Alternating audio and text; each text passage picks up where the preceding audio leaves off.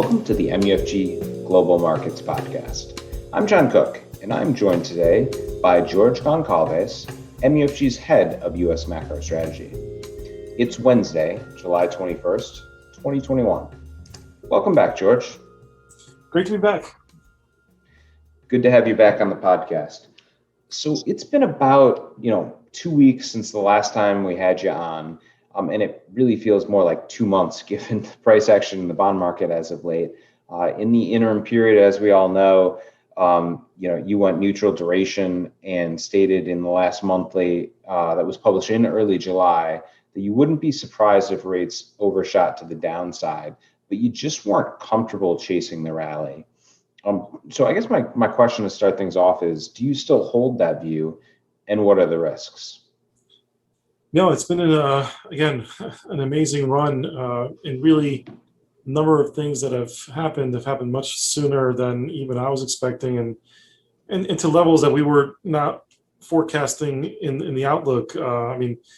We had initially a range of like one and 3/8 and took it down to 1.25 as the potential low for where rates would have been based on the 200-day moving average. And I really thought that we would not really go beyond that, having a full range of like 175 down to 125, a 50-bip sort of correction would have made sense. It's also was closer to the 38.2 on the Fibonacci, but instead, as we all know, and as the price action of this last few trading sessions have shown us, we actually explored the 50% retracement down to 1 1/8 or 1.125, and that, I guess, is very typical of markets that overshoot at the end of a potential market top. And the question, I guess, is is that it? Is there more to come? And it is refreshing to see this reversal on the other side of it, where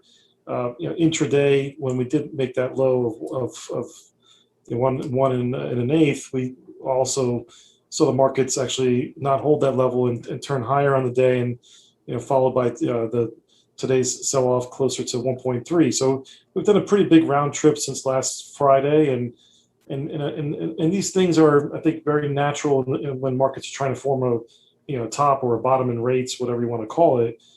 So I still hold that view that we're in this process. It takes time, and it's not going to be easy to call the inflection point. And I think it's again, we're working our way through it. There are a number of things that could continue to support the argument that the potential lows in rates are in, at least for now. We do have the Fed coming up next week, and I think that they're not going to completely do a 180 and go back to being ultra dovish again. I mean, they have kind of suggested that they're on the path towards tapering, and this meeting is going to be important for that process. And so, the Fed could try to push up long-term rates by at least keep some pressure on long-term rates by having tapering plans still on track, and then on the flip side, try to keep the curve steep and not necessarily get more hikes priced in by emphasizing their focus on average inflation targeting. So, there's ways where I think we could look up by the middle of September, and the Fed has enough information both on the economy, and markets have not really gotten much lower in rates. Actually, have head higher into a potential tapering announcement, and a lot of that, as I've written as well as we've discussed over the last month or so, is predicated on strong job growth and stocks hanging in there. The move on the day that we saw that 1 1/8 was also a move when stocks had a pretty big downdraft day too. So this is all predicated on stocks staying relatively stable and elevated, on track to continue to grow from here, rise from here, or at least not a decline like we saw earlier in the week, and jobs growth staying robust. So I feel like it's a process. It's a bottoming phase. Happy to discuss what the risks are going into the second half and further along in the third quarter. But for now, I feel like that was the right call to go neutral and not chase this market. Yeah, thanks. That's helpful. So let's talk about that a little bit more, particularly the risk part. So I think, in summary, I think overall the expectations or your expectations for lower rates into the second half of the year, this is largely played out, but with the caveat that Treasuries really rallied further than you thought. And it was, so early in the third quarter. Given all that has transpired over the last few weeks, I'm curious how you're looking at the world going forward, how that's changed, and those key risks that lie ahead for bond markets.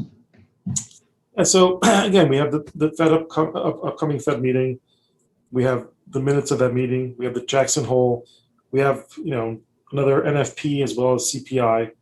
As long as those are within expectations or stronger, that should give the Fed confidence to at least get us on track towards tapering. So that side is handled. We also have some potential issues to kind of work through in DC as Congress goes on break. If they don't sign any sort of infrastructure bill or signal that takes place soon, we also have the debt ceiling. So there are a number of things that could be not just Fed related, which are risks to think about.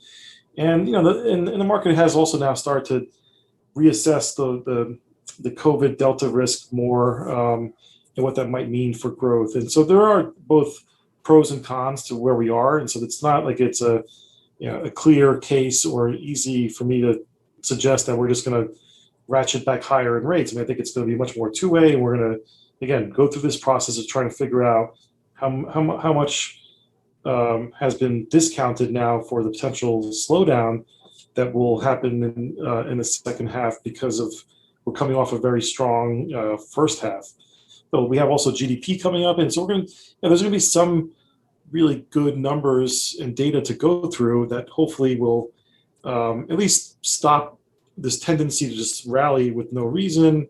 It's also possible that we'll find out more in the coming days and weeks that a lot of the short covering, which has also been a factor within this big rally, perhaps a lot of that short covering has cleaned up, and we can be at this point where we head into September and we get this this move towards close to 150 on the 10-year, which I think would still be relatively low and consistent with what the economy can handle at this point, and nothing really out of the norm, and a full round trip really from the consolidation period of Q2 after the rate rise that we saw in Q1. So this is going to end up being I hope almost like an anticlimactic year for rates, where that started off with massive reflation trade and driving a lot of that narrative with steeper curves, and they looked like rates were going to go towards 2% or higher, and we end up basically where we were on average, and not much progress happens. But that would be a win in many ways for the economy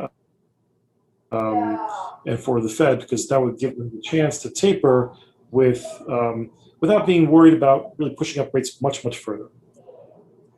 Yeah, that makes a lot of sense. And as you said, I mean, that would be a huge win, if we sort of don't repeat the taper tantrum, the Fed's able to, start to at least move towards, removing accommodation, without a huge disruption in the bond market. I think that's what we'd all be hoping for. So, well, hey, really appreciate you updating us on your thought process given recent events. I think we're scheduled to record next week ahead of the FOMC meeting. So we'll definitely look forward to having you back on the podcast next week.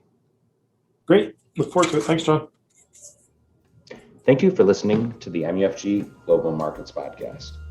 Rate, review, and subscribe on Apple, Spotify, or wherever you get your podcasts.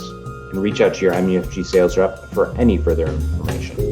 Check back soon for more insights from the Global Markets Research Team.